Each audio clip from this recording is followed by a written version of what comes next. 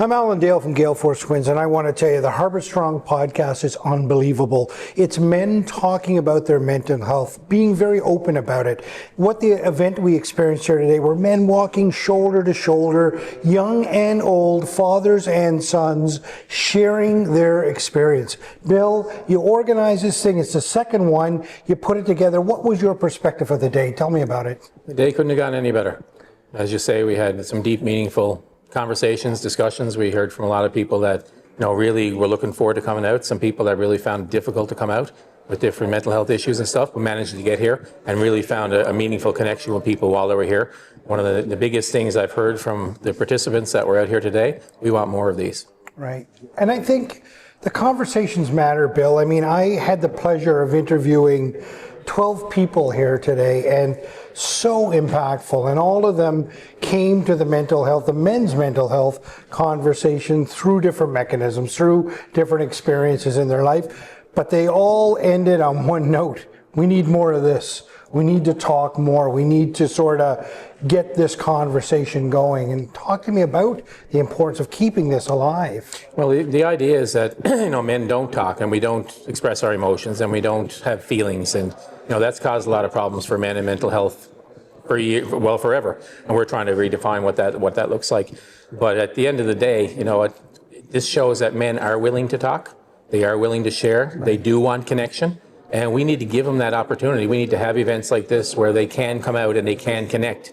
And if you give them the opportunity and you make it a shoulder-to-shoulder approach and you get guys from all walks of life together, you can have magical results. And that's what we saw here today. And I also love the way they spoke about the vulnerability of men at the moment. And it wasn't that, hey, it's all about us and it's us or them, or it wasn't about that. It's like, we're ready to talk now. We need help. We're saying we need help, and there's some vulnerability there. And I think that there's one thing, when you show some vulnerability, people want to be there to help you. And talk to me about the importance of that. Yeah, well, like I say, men have been closed emotionally for so long, and now men are starting to realize, and especially the younger men coming up through, that there's a different way of doing things.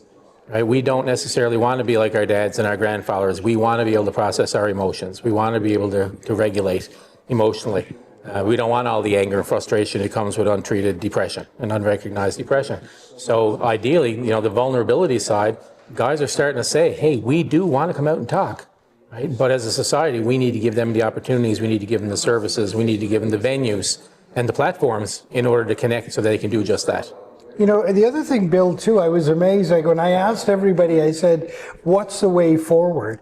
They were optimistic. It wasn't like throwing their hands up and saying, there's no way out of this. It was like, we can get, there's help here. We can work with each other. They were so optimistic about the path forward. Talk to me how that must make you feel to see this coming out the other end. It's so validating, because what I've said for many, many years, if there was nothing we could do about men's mental health, I would have stopped talking about it years ago.